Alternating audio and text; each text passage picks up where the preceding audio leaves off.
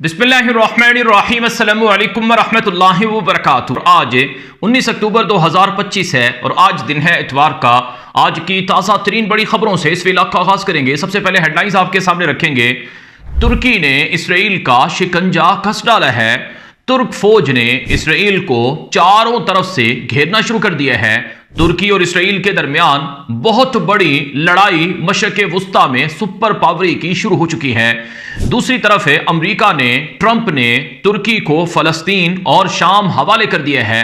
क्या तुर्की गजा और फलस्तीन का नया हुक्मरान बन चुका है? इसराइल गजा में तुर्की को किसी भी सूरत आने नहीं देगा और इसराइल ने तुर्की को गजा से निकालने के लिए, फलस्तीन से दूर रखने के लिए अमरीकी हुकूमत पर प्रेशर बढ़ाना शुरू कर दिया है। लेकिन तुर्की ने अरब मुल्कों के साथ तारीखी फौजी मुआहदे करके इसराइल को लर्जा दिया है, परेशान कर दिया है। मशरिक़ वुस्ता में एक ग्रेट गेम चल रही है।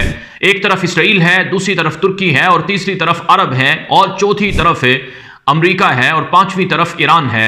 इसमें कामयाब कौन होगा? ये जो चौमुखी लड़ाई चल रही है, इसमें कौन जीतेगा? ये सब तफसीलात और डिटेल्स आपके सामने आएंगी। इससे पहले कि मैं आपके सामने खबरों का आगाज करूं, बाकायदा आपसे गुजारिश है, इस चैनल पर अगर आप नए हैं तो लाजमी सब्सक्राइब करें, इस वीडियो को आगे नशर करें ताकि बहुत से लोग ऐसी वीडियो जानना चाहते हैं उन तक आप ये पहुंचाकर सदका जारिया का हिस्सा बन सकते हैं, जहां आपका और हमारा ताल्लुक मजबूती से जुड़ा रहेगा। आगाज करेंगे। इस वक्त गजा की तामीर नो और गजा के अंदर लोगों को घर बनाकर देना और गजा में लोगों को दोबारा आबाद करना, यह एक बहुत बड़ा चैलेंज है। इस चैलेंज के लिए जाहिर है अरबों डॉलर की रकम चाहिए। बहुत से मुल्क पैसा तो रखते हैं लेकिन वो गजा में काम नहीं कर सकते हैं और कई मुल्क ऐसे हैं जो गजा में काम कर सकते हैं, उनके पास पैसे नहीं हैं। इसराइल कुछ भी नहीं चाहता है। इसराइल चाहता है कि जो इमारतें उन्होंने 5-5 हज़ार डॉलर देकर तबाह करवाई हैं वो इमारतें दोबारा ना बने। इसराइल गजा से, गजा के लोगों को निकालने का मंसूबा रखता था। अगर आपको याद हो, अमेरिकी सदर ट्रंप ने भी इसराइल के इन मंसूबों की हिमायत की थी और कहा था कि गजा अब रहने के काबिल नहीं है, गजा के लोग गजा से निकल जाएं। अमेरिकी सदर ट्रंप ने इसराइल के इस मंसूबे की भी हिमायत की थी जिसमें टेंट सिटी राफा के अंदर मिस्र के बॉर्डर पर बसाना था, जिसमें 10 लाख से ज्यादा गजा के शहरियों को आबाद करना था। और अमेरिकी सदर ट्रंप ने इसराइल के उस मंसूबे की भी हिमायत की थी जिसमें गजा के लोगों को पैसे देकर मुख्तलिफ यूरोपीय मुल्कों में, बाहर के मुल्कों में रिलोकेट करना था और उनको कायल करना था। अब यह गजा की एथनिक क्लींजिंग कहलाती है और यह मामला ऐसा था जिस पर मिस्र ने सबसे ज्यादा एतराज किया, अरब मुल्कों ने एतराज किया और तुर्की और बाकी मुल्कों ने इस पर शदीद तहफ़्फ़ुज़ात का इजहार किया। जाहिर है अगर आज गजा से गजा के लोग निकल गए और गजा पर इसराइल का कब्जा हो गया तो फिर नहर सुइज कनाल खत्म हो जाएगी और उसके मुकाबले में बिन गोरियन नहर बनेगी। फिर मिस्र का बॉर्डर इसराइल के साथ जुड़ जाएगा। सहारा सीना मिस्र का बहुत बड़ा रकबा है, उस पर इसराइल का कब्जा होगा। बाहर अहमर, रेड सी पर इसराइल की इजारादारी होगी और फिर इसराइल ग्रेटर इसराइल के मंसूबे यानी दरियाए नील से दरियाए फुरात तक बढ़ेगा। दरियाए नील अगरचे मिस्र में है लेकिन दरियाए फुरात की जड़ें शाम में, तुर्की में और इराक में हैं। तो इन तमाम इलाकों पर इसराइल का कब्जा होना ये अरब मुल्कों के साथ साथ तुर्की को, बाकी आसपास के देशों को भी कबूल नहीं था। यही वजह है कि तमाम तर इख्तलाफात के बावजूद तुर्की, अरब और कुर्द और बाकी ममालिक सभी मुत्तफिक हुए कि हमें अब एक होना पड़ेगा और अमेरिकी सदर ट्रंप को समझाना होगा कि वो इस तरह के इसराइली मंसूबों से पीछे हट जाए।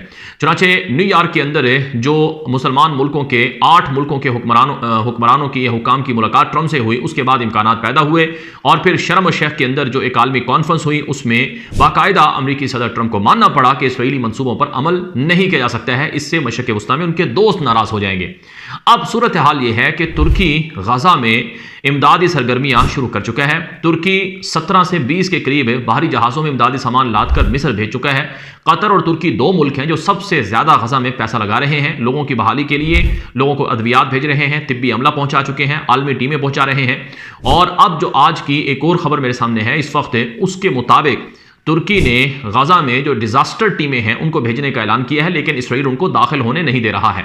इसराइली मीडिया में मुख्तलिफ तरह की खबरें छापी जा रही हैं, रिपोर्टें छापी जा रही हैं जिसमें तुर्की को गजा और फलस्तीन के हुक्मरान के तौर पर बयान किया जा रहा है और यह कहा जा रहा है कि तुर्की तो हमेशा से इसराइल का मुखालिफ और दुश्मन है और तुर्की उस्मानी सल्तनत को जिंदा करना चाहता है। उर्दगान का ख्वाब यह है कि खिलाफत उस्मानिया जिंदा हो जाए और यरूशलेम कम से कम अल-कुद्स से उनके कब्जे में आ जाए, जैसे माजी में उस्मानियों के जेर इंतजाम अल-कुद्स, मस्जिद अक्सा, मदीना मुनव्वरा, मस्जिद नबवी और इसी तरह से मक्का मुकरमा, मस्जिदुल हराम थी। इसी तरह से तुर्की का ख्वाब है कि कम से कम अगर मक्का और मदीना ना भी आए तो अल-कुद्स शहर उनके पास आ जाए, मस्जिद अक्सा उनके पास आ जाए। ये जरा मेरे सामने जो मज़ामीन हैं पहले आप उनको जरा देख लें, आपको खुद अंदाजा हो जाएगा कि इसराइल तुर्की के हवाले से क्या सोचता है और क्या राय रखता है। मारिफ इसराइल का मशहूर अखबार है, अबरानी ज़बान का, उस पर एक रिपोर्ट छपती है और इस रिपोर्ट का जो खुलासा है वो मैं आपके सामने रखूंगा कि एक ऐसा यरूशलेम का फ़लस्तीनी कैदी इसराइल ने रिहा किया है जिसका नाम खालिद सबा है। ये खालिद सबा दरअसल यरूशलेम के इलाके सूर बहर का रिहायशी है। 2019 से यह हमास का मरकजी मालियाती सरबरा यरूशलेम में तैनात है। इसराइली अखबार के मुताबिक इस पर मनी लॉन्ड्रिंग के इल्ज़ाम साबित हुए लेकिन कत्ल के नहीं, इसलिए इसे रिहाई के बाद यरूशलेम वापस भेजा जा रहा है। रिपोर्ट में लिखा गया है कि ये जो खालिद सबा नामी शख्स है, यह हमास के मालियाती तंजीम ज़का अल कुद्स के जरिए करोड़ों शैकल इसराइल मुंतकिल कर चुका है। इसके घर से तुर्की से आए लाखों डॉलर जब्त किए गए हैं। यानी ये वो शख्स है जो तुर्की और यरूशलेम के दरमियान एक पुल का रोल प्ले करता है। इस रिपोर्ट में बताया गया है कि तुर्की में खालिद सबा नामी शख्स ने 4 साल पहले अपने बेटों के साथ एक ट्रिप किया था। इसे बज़ाहिर फैमिली ट्रिप का बहाना बनाकर पेश किया गया, मगर दरअसल इस ट्रिप में हमास के सीनियर रहनुमाओं से तुर्की में खालिद सबा ने मुलाकातें की। मुलाकातें तुर्क इंटेलिजेंस MIT के इल्म और ताउन से हुई। इन इजलासों में शरीक अफराद में शामिल थे जिहाद यामर, इसराइली फौजी नक्शून वाक्समेन के कातलों में से एक, अब तुर्की में क़तात तंजीम का वो सरबरा है। महमूद अतून, ये भी मूसा अकरा, ज़करिया नजीब, तीनों वो अफराद हैं जो गिलाद शलेत जो इसराइली फौजी था उसकी डील के तहत रिहा हुए और तुर्की में जलावतन हुए। खुलासा कलाम इस रिपोर्ट का यह है कि खालिद सबा नामी जो यरूशलेम का शहरी है, जिसके तुर्की में हमास के लोगों से राब्ते हुए और तुर्की की खुफिया एजेंसी से उसके राब्ते हैं, वो शख्स रिहा होकर दोबारा यरूशलेम आ रहा है। इन कमांडरों ने सैकड़ों हजार डॉलर खालिद सबा को दिए ताकि वो यरूशलेम में दहशतगर्दी का नेटवर्क कायम करे। ये इस रिपोर्ट के अंदर बताया गया है। वापस आकर खालिद सबा नामी जो तुर्की के दौरे से वापस आया तो उसने वापस आकर रामी फखूरी को हजारों डॉलर दिए जो पुलिस ऑफिसर के मारने में मुलव्विस था। यानी ये एक पूरी इन्वेस्टिगेशन रिपोर्ट है जो इसराइली अखबार ने छापी है। अब इस रिपोर्ट में जो एक अहम हिस्सा है वो जरा समझने का है। तुर्की का किरदार उस्मानी ख्वाब। इसमें लिखा गया है कि रिपोर्ट के मुताबिक रजब तैयब एर्दोगान जो तुर्की के सदर हैं, ये दरअसल इस्लामी भाईचारे के जज्बे से हमास की मदद नहीं करते हैं बल्कि अपने ज़ाती और कौमी अज़ाइम के तहत करते हैं। और एर्दोगान की नज़रियाती सोच ये है कि तुर्की को दोबारा मुस्लिम दुनिया की क़यादत संभालनी चाहिए, यानी सल्तनत उस्मानिया की बहाली की सिमत में बढ़ना चाहिए। इस मकसद के लिए एर्दोगान 3 मुक़द्दस शहरों को अलामती ताकत के तौर पर अपना ख्याल और ख्वाब जानते हैं, मक्का, मदीना, यरूशलेम। मक्का और मदीना चूंकि सऊदी अरब के कंट्रोल में है, लिहाजा एर्दोगान ने अब अपनी नज़रें और सफारती तवज्जो यरूशलेम पर मरकूज कर दी है। एर्दोगान का सियासी मकसद वो 2 रियासती हल 2 स्टेट सोल्यूशन की हिमायत का जो नारा लगाते हैं, दरअसल उसका मकसद फ़लस्तीनी रियासत को ताकत देना नहीं बल्कि खुद को यरूशलेम का सरपरस्त सुल्तान साबित करना है। एर्दोगान और हमास दोनों इस्लामी खिलाफत के नज़रिए से मुतासर हैं और फ़लस्तीनी कौमियत को महज एक आर्जी जरिया समझते हैं। इसराइली सिक्योरिटी ज़राए ने इंतबाह किया है कि तुर्की और यरूशलेम और फ़लस्तीन के गज़ा और बाकी वेस्ट बैंक के इलाकों में तुर्की का किरदार बहुत ख़तरनाक है। यह है रिपोर्ट का खुलासा जो मारिफ इसराइली अखबार ने छापी है। इससे आप सब कुछ समझ सकते हैं। एक और रिपोर्ट है जो कि इसराइल के मशहूर अब्रानी ज़बान के अखबार यदीओत आहरोनोत में नशर हुई है। यदीओत आहरोनोत मारिफ की तरह इसराइल का बहुत कदीम अखबार है जो 1948 से भी पहले का यानी 1940 के आसपास में जारी हुआ था। इस यदीओत आहरोनोत की जो रिपोर्ट है वो ज़रा आप देखें, जिसका उन्वान कुछ यूँ है कि एर्दोगान गाज़ा में इसराइल के लिए एक डरावना ख्वाब बन रहा है और तुर्की ताकतवर हो रहा है और इसराइल को परेशानी लगी हुई है। इस मजमून का खुलासा भी आपके सामने पढ़कर रखता हूं ताकि आपको समझ आए कि इसराइल तुर्की के दरमियान क्या चल रहा है। एर्दोगान का ख्वाब इसराइल का डरावना ख्वाब, तुर्की ताकतवर है मगर यह उल्टा भी पड़ सकता है। तकरीबन 2 साल तक इसराइल ने हर मुमकिन कोशिश की कि तुर्की को हमास के साथ मुज़ाकरात में मुदाखलत से रोका जाए। इसराइल ने हमेशा मिस्र और कतर पर इन्हिसार किया, एर्दोगान पर नहीं जिसने मुसलसल हमास की हिमायत की थी। इसराइली वज़ीर आज़म को भी इसराइली वज़ीर आज़म नेतन्याहू को भी एर्दोगान बार बार हिटलर कहता रहा और इसराइल पर कत्लेआम और नस्ल कुशी के इल्ज़ामात लगाता रहा। लेकिन अब जबकि अमरीकी सदर डोनाल्ड ट्रंप के गज़ा अमन मंसूबे पर अमल दरामद जारी है तो तुर्की की शमूलियत एक हकीकत बन चुकी है।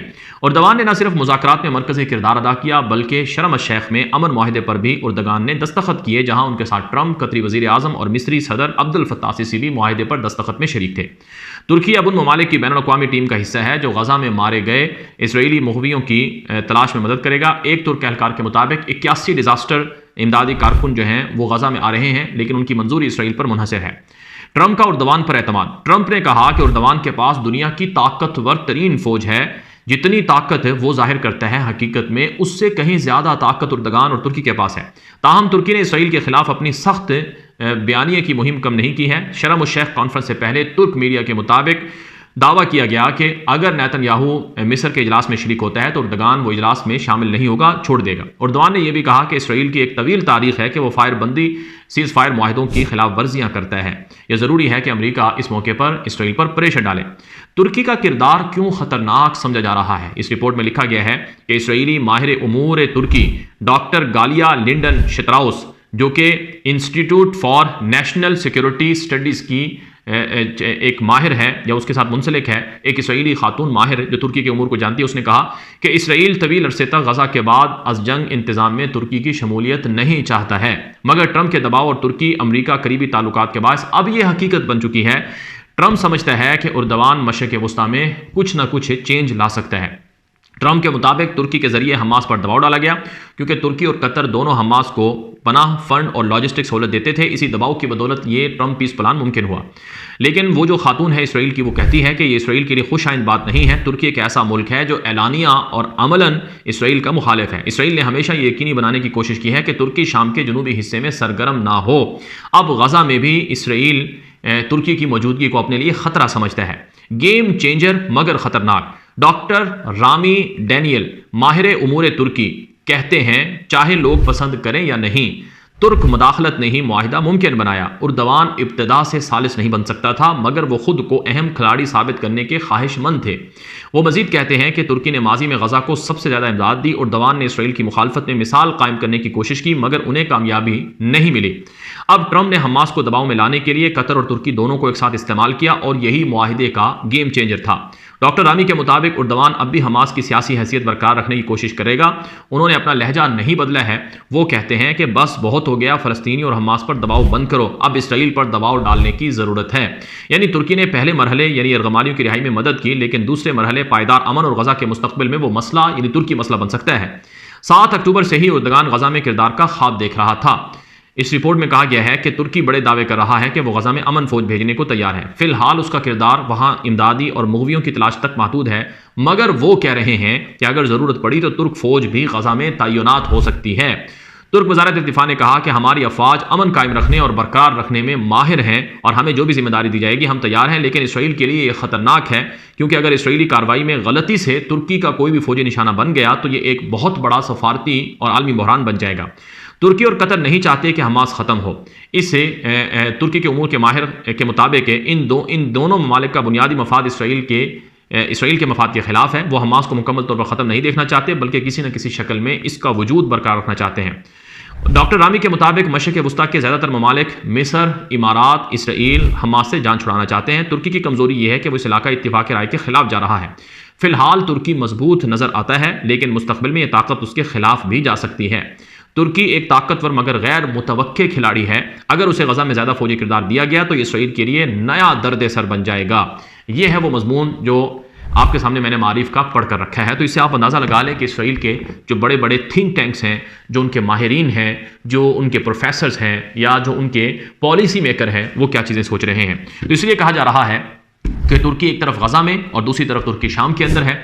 तो तुर्की की शाम में मौजूदगी इसराइल को परेशान कर रही है कि वहाँ से तुर्की ने इसराइल को घेर लिया है। फिर तुर्की का गजा में आना जुनूब से इसराइल को घेरने का सबब है, और फिर तुर्की के उर्दन में फौजी अड्डों का आना यह मशरकी बॉर्डर से इसराइल को घेरने का सबब है, और फिर तुर्की का साहिल समंदर में गजा के बॉर्डर में मिस्र की फ़ौज के साथ मिलकर नई तरतीबें करना और नई जंगी मशकें करना, वो समंदरी हदूद यानी मगरबी हदूद से घेरने के मुतरादिफ है। ये सब चीज़ें इसराइल को परेशान कर रही हैं। आपकी क्या राय है? अपनी राय कमेंट कर सकते हैं। इजाज़त दीजिए। अस्सलाम वालेकुम रहमतुल्लाहि व बरकातुहू।